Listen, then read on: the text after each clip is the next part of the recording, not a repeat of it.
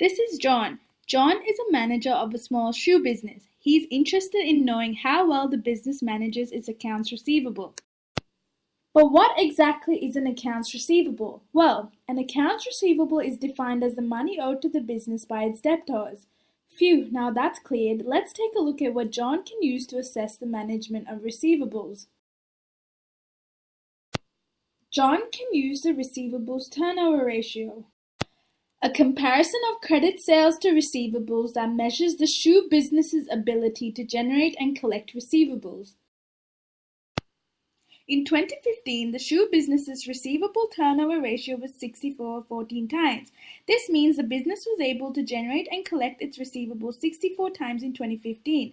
A high ratio such as 64 is an indicator that the shoe business was efficient in collecting its accounts receivable in 2015.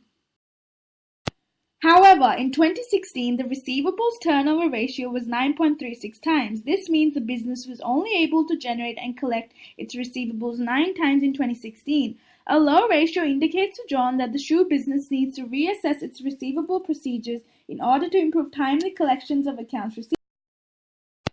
If John finds it hard to interpret the receivables turnover ratio, he can convert it into the days in receivable ratio.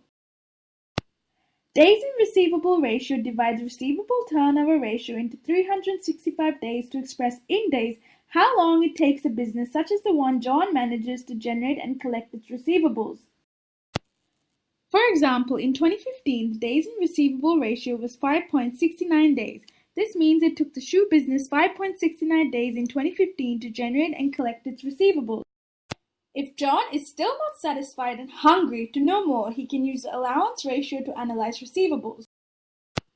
The allowance ratio compares allowance account to gross receivables to determine percentage of receivables that are expected to be uncollectible in the future.